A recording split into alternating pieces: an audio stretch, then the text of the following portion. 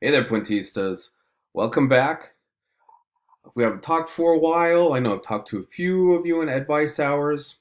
I think we're all feeling like this is really getting heavy and serious. The work is coming in and it's coming in from everywhere. And that's kind of par for the course at this time of the semester. Um, so I want to keep you posted on how I like to run class, especially during COVID. I know some of you are behind on assignments, and we've got to make sure that we're looking at point values, right? Remember, your essays are by far worth the most points. So keeping up with that essay process is your number one priority, okay? Even if you're missing that first essay or that second essay or that third essay, I'm still going to take them, right? These are very weird circumstances, and my number one job is making sure you've got the skills and that you've got the knowledge ready uh, to be successful in the next writing class you got to take, and that's composition, argument. That's English 1B coming up in the spring with me, and to do well in all of your other college writing. Now, everything else is just kind of like a minor detail, especially given these crazy circumstances we're under right now. So I do want you to feel comfortable uh, still working on those things. I really want you to keep up with our new essay coming up. This is the research argument essay, and as you can tell by the screen I'm sharing with you, it starts in week 13. So I'm going to go over a little bit of what's going on here.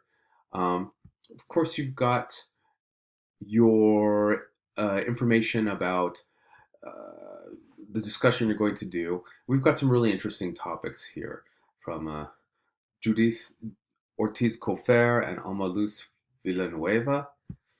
Um, one's a short story, one's a poem, but they're both kind of wrapping around expressions of gender, expressions of what does it be to man, what does it mean to be a man, what does it mean to be a woman. So keep that in mind. We've got some success center requirements coming up, and that's like an hour of your time, and they get you 6 points each. Okay, this due date has been moved to December, but everything's going to start piling on. So let's make sure that we're on top of it. Now, by this Saturday, I want you to have a research argument, essay, topic, or thesis ready for me. So we're going to go over that a little bit. I'm going to jump back here to modules. And what you're going to see right here is that, oh, that's 10. I don't want 10. Up to 13. Good old lucky 13. I posted the assignment sheet in a couple different places. You could always search for it just by name. Now, here I've got all the dates written out. I mean, if you have an earlier version of this, I pushed them back a little bit because I was getting a lot of feedback from you guys that you're not having enough time. You're feeling overloaded and that it's all coming crashing down. A lot of the feedback I'm getting is that, my class's pacing is okay, but you're dealing with other things. Like I said, I'm all about helping you guys be successful. So I don't want anybody to feel like they should walk away from this class without talking to me. Even if you have to, you know, really work with me one on one in order to get the stuff in, I am totally fine with that. Um, I've got lots of time, and your passing and getting in 1B and keeping up with all the good things that Puente is offering is super, super important to me. So let's keep that in mind. And I can't see how much time I got left. Okay, I'm only 6 minutes in. So these dates are new. Notice coming up this Saturday, like I said, I'd like to see a tentative thesis statement or topic. We're looking at a resource page, due a week after that on Saturday. And then we're going to be doing an outline the Wednesday after that. So we're really building this one step by step.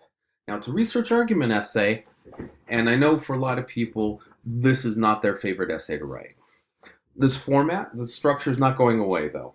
For a lot of majors, you're going to be required to do a lot of work like this. So my job is to help you walk through those steps. And because it involves research, it's going to have more steps involved instead of just like the three we had before, right? Before we just had thesis, rough draft, final draft.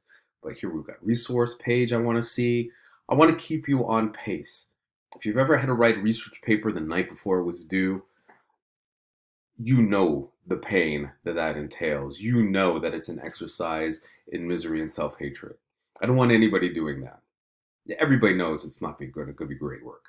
So anyway, getting back to the assignment, you're going to be writing an essay when you do one of three things: argue position, justify an evaluation, or propose a solution. And I'm going to go ahead and revise that so that you see how this relates to what I'll be talking about in the next video. Arguing a position is a claim of fact. And I've got a little presentation for you on that. Justifying an evaluation, that's what you actually have already done on your film essay. Claim of value. Notice value is in the middle of evaluation. Mind officially blown, right? And claim of policy. And I'll get a little bit more into the details of that in the next video. But for now, just know that you've got a couple different ways you can argue in your research argument essay. If you've done research before for an essay, that's great. If you haven't, that's okay too. It's cold in here. I'm getting the sniffles. It's been a cold week, huh? I'm going to jump down to suggested topics. There's so many things we could write about. I'm trying to give topics that are really related to what's going on today, and issues that, may be particularly focused or interested in the Puente experience. This first one doesn't represent it necessarily, but this is one that sometimes people like to write about because, college is a time of, moving into adulthood. I'm not pushing one agenda or another on these topics, really. I'm probably not going to let you know what my position is on a lot of these, because then people think, oh, if I just argue from whatever he believes, I'm going to get an A. No. I give A's all the time to papers that maybe I don't agree with personally, as long as they're supported well and written well. They've got the evidence to back it up. So here's some examples. Should adolescents need parental consent to get birth control or information on birth control? Right? Should teenagers be able to get birth control or info without their parents? In some states you can, some states you can't. Should it be like a national law? Well, check this out. I don't know if I showed you guys this mug already. See how it says red rum? My wife got it at the hotel that inspired The Shining. So there you go, right? Remember the kid? Red rum, red rum, red rum. Okay. If you haven't seen it, see it. It's a really great creepy movie. The original one, the one with Jack Nicholson in it. Moving right along. Should illegal drugs or some small subset of them be decriminalized? People often like to do that small subset, which would include like maybe marijuana. I mean, marijuana is legal in a lot of states. You could argue for it being like legal everywhere. But there's some other interesting there's some other very interesting developments in this front. Portugal decriminalized all drugs to take kind of like the power out of the black market and the criminal element that was distributing them. Oregon just this election legalized or decriminalized all drugs. So it's an interesting topic. DACA and the future of DACA. Should DACA be renewed? Is it a good thing, etc.? Maybe you want to argue for a citizenship pathway for Dreamers or DACA students. Then you could also write about alternatives to corporal punishment, aka spanking, for children. For adults, that's something different. It's a different kind of essay altogether. But people argue it different ways. Some people argue about what they see to be the benefits or the disadvantages of spanking. You can go that route, or you could talk about things you can do to discipline your child other than spanking or corporal punishment. I mean, corporal punishment could mean, the ear twisting thing or the hair pulling or, all that other kind of stuff, that really old school stuff. Um, the economic impact of illegal immigrants on the American economy. You probably hear quite frequently that um, illegal immigrants or undocumented immigrants, which is the better term, are a drain on the economy. Now, this is something that can be measured and we can definitely look at. So I think it's worth looking at. I think it makes for a very interesting topic.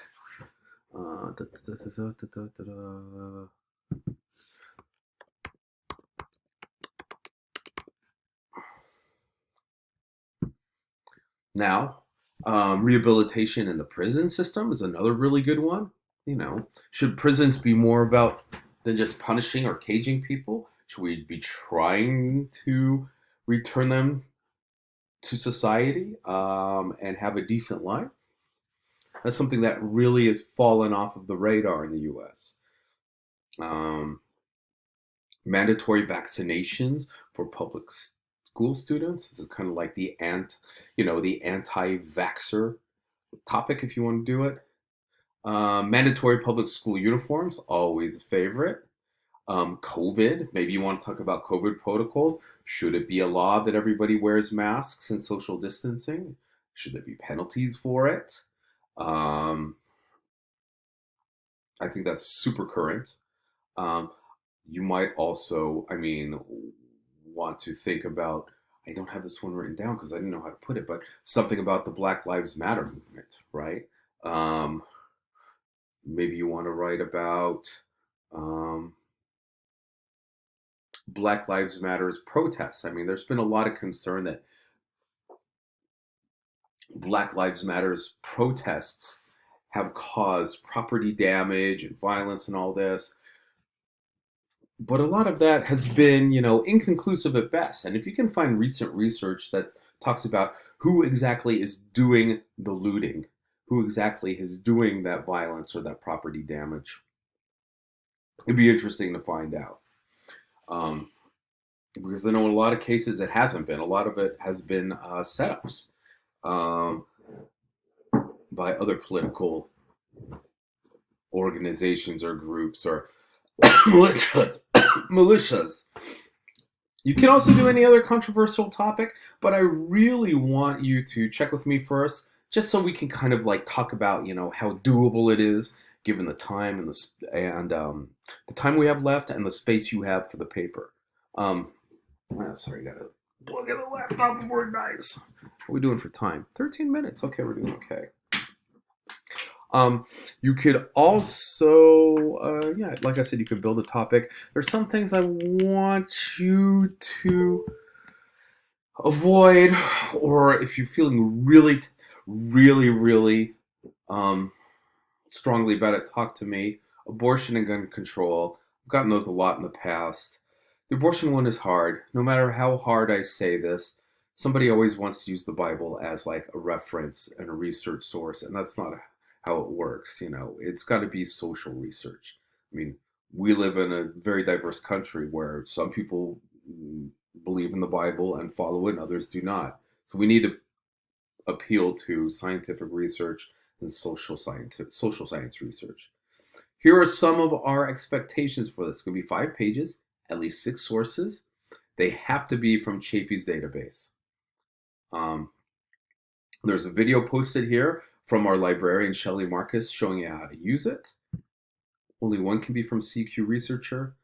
None from these. I really don't think they're that good. They're really kind of high school points of view reference. When I look at those, I just think, okay, it's time for you to look at stuff that isn't built for high school students.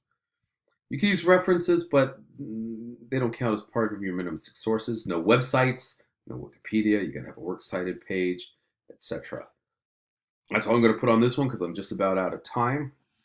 But I want you to ask me questions if any of this doesn't make sense. And I'm going to start with another video in just a few minutes. that you can look up regarding claim of fat, claim of value, claim of policy.